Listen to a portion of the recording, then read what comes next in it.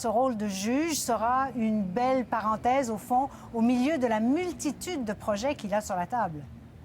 Oui, parce qu'on le connaît, Xavier Dolan, Céline. Il est très, très prolifique. Un film par année depuis 2009. Et puis, cette pause depuis Mommy, plus rien. Donc, ses fans qui sont très nombreux ici s'impatientaient. Il va rattraper le temps perdu. Il va tourner 2 films cette année. Un film américain, ce qu'il voulait faire depuis longtemps. Ça va se faire à l'automne. The Death and Life of John Donovan avec Jessica Chastain. Et puis, avant ça, un autre film, une production franco-canadienne qui va se tourner 2 jours à peine après la fin du festival ici. Ça va se tourner à Montréal avec des gros noms encore là, Marion Cotillard, Léa Seydoux, Nathalie Baye, Gaspard Ulliel et puis Vincent Cassel. Mais avant ça, il a encore beaucoup de pain sur la planche. Xavier Dolan, ici, il a 19 films à voir et à juger pour déterminer lequel d'entre eux mérite la Palme d'Or. Ils attendent depuis 5 jours, s'accrochent à leur place comme si leur vie en dépendait. Tout cela pour avoir une chance d'apercevoir les stars sur le tapis rouge. Un rituel qu'ils répètent depuis plus de 20 ans. Visiblement, la magie de Cannes opère toujours. L'objectif, c'est de faire déjà des belles photos.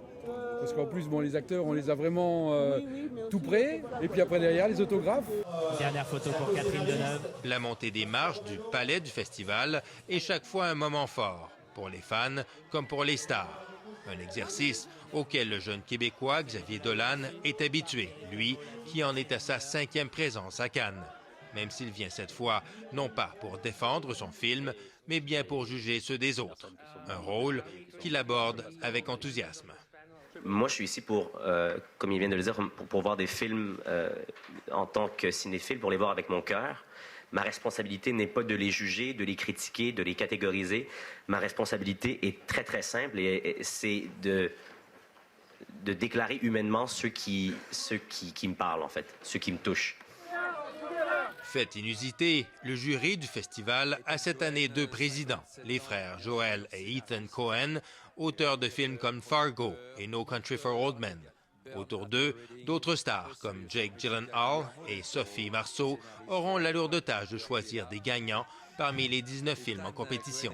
On est tous très impatients de rentrer dans les salles de cinéma et d'échanger ce que nous aimons le plus, c'est-à-dire le cinéma. Je déclare ouverte la 68e Festival de Cannes. Officiellement ouverte, la grande fête mondiale du cinéma va se poursuivre jusqu'au 24 mai prochain.